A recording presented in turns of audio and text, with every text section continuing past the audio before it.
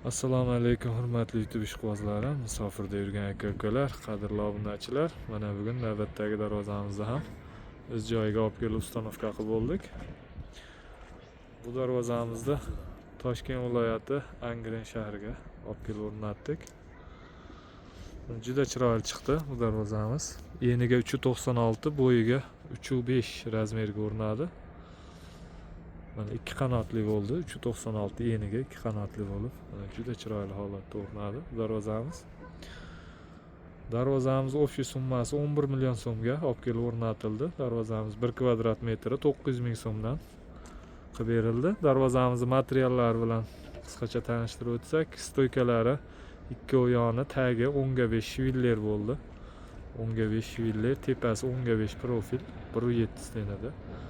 İçidagi profillar 6/4, 1.5lik stena, listlari 2lik listda bo'ldi. 2lik listda, o ichidagi 2/3 chaspaklari ham 1.5 stenada. Mana juda qalin.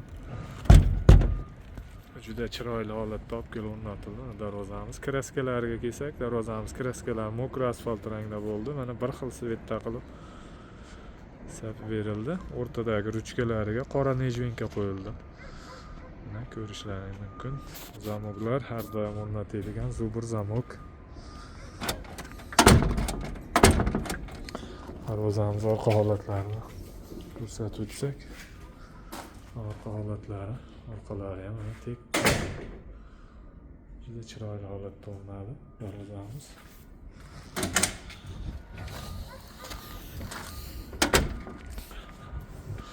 Hurmatli aka-ukalar, kimga shunday darvozalar kerak bo'lsa, ekranimiz pastki qismiga nomerimizni qo'yib qo'yamiz. Bemalol murojaat qilishlaringiz mumkin. O'zbekiston bo'ylab dostavka, ustanovka mavjud.